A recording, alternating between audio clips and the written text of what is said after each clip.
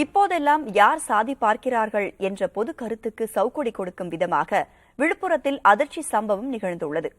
பட்டியலின மக்களை கோவிலுக்குள் அனுமதிக்க எதிர்ப்பு தெரிவித்து கிராம மக்கள் தற்கொலை முயற்சியில் ஈடுபட்டதால் பதற்றம் ஏற்பட்டது. விழுப்புரம் மாவட்டம் கோலியனூர் அருகே உள்ள மேல்பாதி கிராமத்தில் 300 ஆண்டுகள் பழமை வாய்ந்த தர்மராஜா திரௌபதி அம்மன் கோவில் அமைந்துள்ளது. மேல்பாதி காலனி பகுதியைச் சேர்ந்த பட்டியலின மக்கள் இந்த கோவிலில் தரிசனம் செய்ய சென்றபோது கோவிலுக்குள் நுழைய கிராம மக்கள் எதிர்ப்பு தெரிவித்ததாக கூறப்படுகிறது.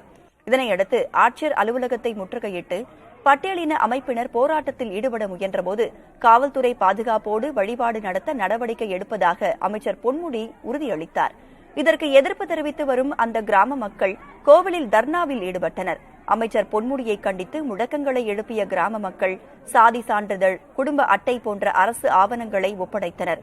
பட்டியலின மக்களை கோவிலுக்குள் செல்ல அனுமதிக்க மாட்டோம் என கூறி திடீரென சிலர் குடத்தில் வைத்திருந்த மண்ணெண்ணெயை ஊற்றி தற்கொலைக்கு முயன்றனர்.